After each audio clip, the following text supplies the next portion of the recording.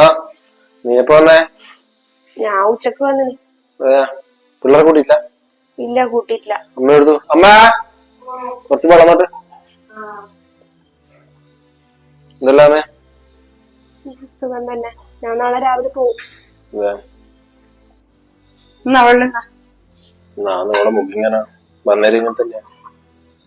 അവരെന്തോ ഒരു ബിസിനസ് തുടങ്ങുന്നുണ്ടോ? ഇപ്പൊ ചെയ്യുന്ന ബിസിനസ് അത് അത്ര ഉഷാറൊന്നല്ലേ പറഞ്ഞു. അതും പൂട്ടിയാ? വേറെന്തോ തുടങ്ങാനുള്ള എന്തോ പ്ലാനിങ് ആണ്. വന്നേരം ഇങ്ങനെ പറയുന്നുണ്ട്. പൈസ അതന്നെയല്ലേ പറയുന്നത്. സ്വത്ത് വിഹിതത്തിന്റെ കാര്യം പറയാനൊക്കെ ഉദ്ദേശിക്കുന്നുണ്ടല്ലോ. 6 സെന്റ് ആദ്യം 6 സെന്റായാലും പൂക്കും കൂടെ അവകാശപ്പെട്ടതല്ലേ. അതല്ലേ അങ്ങനെ ചോദിക്കാനുള്ള ഒരു നിങ്ങൾ തന്നെ ഇത് പറയണം. നിനക്ക് എന്തൊക്കെ ബോധമുണ്ടോ? ഓർമ്മയുണ്ടോ?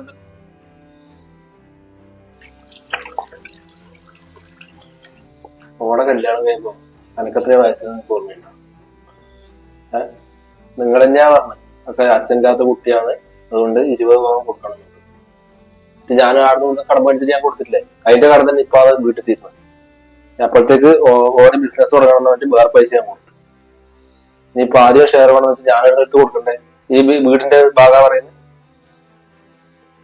എടുത്തോട്ട് നമുക്കെന്നാ ഇതും കൂടി പോട്ട്. നിങ്ങൾ എപ്പെങ്കിലും എന്നെ പറ്റി ചിന്തിച്ചിരുന്നു? എപ്പോഴും ഓള കാര്യം തന്നെ നിങ്ങളെ മനസ്സിലും. അനക്കൊരു ജീവിതം വേണമെന്നും അനക്കൂല സ്വപ്നങ്ങളും കാര്യങ്ങളും. നിങ്ങൾ ഈ നാട്ടിൽ എന്റെ പ്രായത്തിലുള്ള ആരെങ്കിലും ഇതിന് കുടുംബകാലം പേര് നടക്കുന്ന ആളെ കണ്ടിട്ടുണ്ടോ? ഞാനൊരു സിനിമക്ക് പോക്കില്ല, അങ്ങനത്തെ ഒരു ജോലിക്കും ഞാൻ പോക്കില്ല. എപ്പെങ്കിലും ഒന്ന് അന്നെപ്പറ്റി ചിന്തിക്കും. ഓള സ്ഥാനത്ത് അന്നെ നിർത്തി ചിന്തിച്ചു പോകും. നേരെ തിരിയുന്നു നോക്ക്.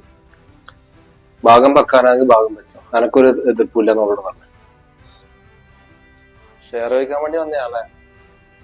നീ ഇതും കൂടിയേ ബാക്കിയുള്ളൂ. ഇതും കൂടി നീ എടുത്തോ. എനക്കതിൽ എതിർപ്പൊന്നുമില്ല.